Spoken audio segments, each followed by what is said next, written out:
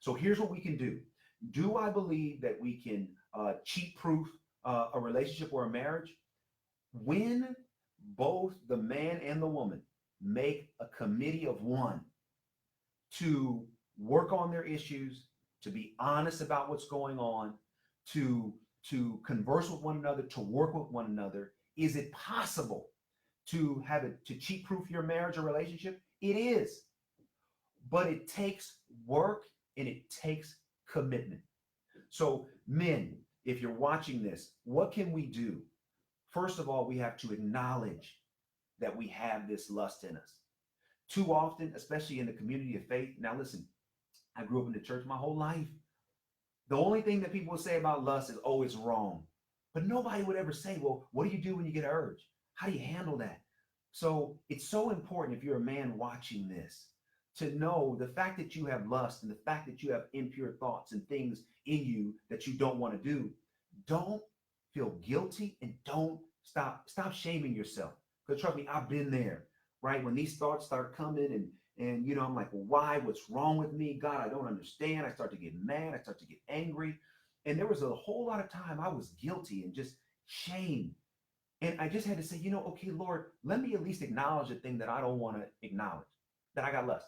I do. I got a dog in me. I do. Okay.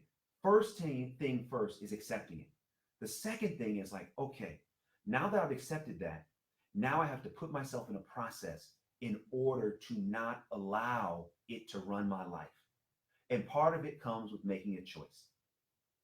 The choice is who I want to be. Do I ultimately want to be somebody who produces pain in somebody else's life because I've allowed the lust instead of the love to run my life? Or do I want to be somebody that allows that love to be in control?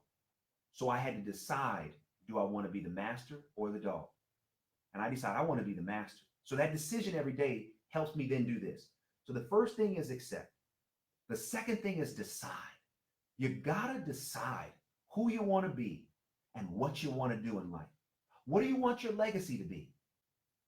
And the third thing is if I want to be the man I was created to be, I then have to put myself in a daily process to not allow this dog in me to leave me sniffing outside my marriage or relationship and finding comfort in other women, in other situations that I know would be detrimental.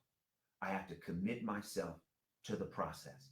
Part of that process is reading the word. Part of that process is prayer. Part of that process is having other men you can talk with. Part of that process is avoiding environments where it's hard to not succumb to temptation.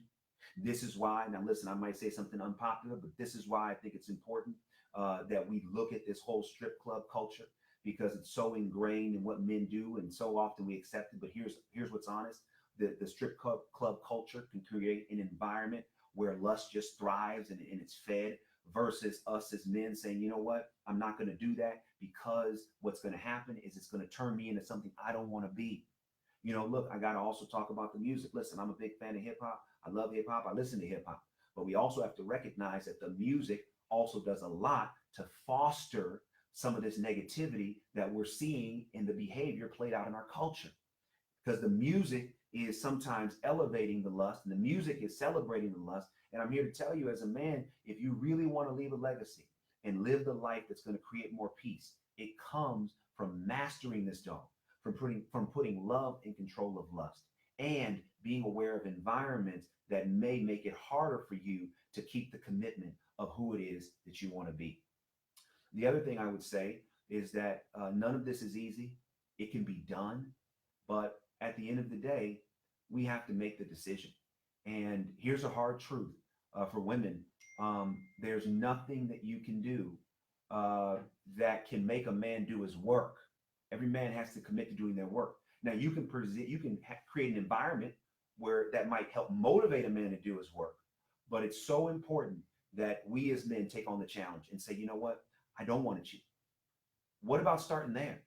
I don't want to do that. I don't want to do it. And I'm going to put myself in an environment where I safeguard it. I'm going to watch how I move. I'm going to watch my conversations. Even now, we're on Instagram and Facebook. This is one of the platforms where lust gets active quick. You could be just going through your day, you're not even thinking about nothing, bam, you scroll on something and your mind is gone. Y'all ain't got to say amen because I know I'm talking to you. All right. I see some of the hearts. I see you. I see you. So why do men cheat? Because the dog is in control. Lust is running rampant. What can we do about it? We have to put the master in control of the dog. We have to put love in control of lust, love of self, love of God, love of the woman in our life, love of our family. Love is sacrificial. Lust is selfish. When we put sacrifice in place of selfishness, we position ourselves to be able to master what others say is impossible.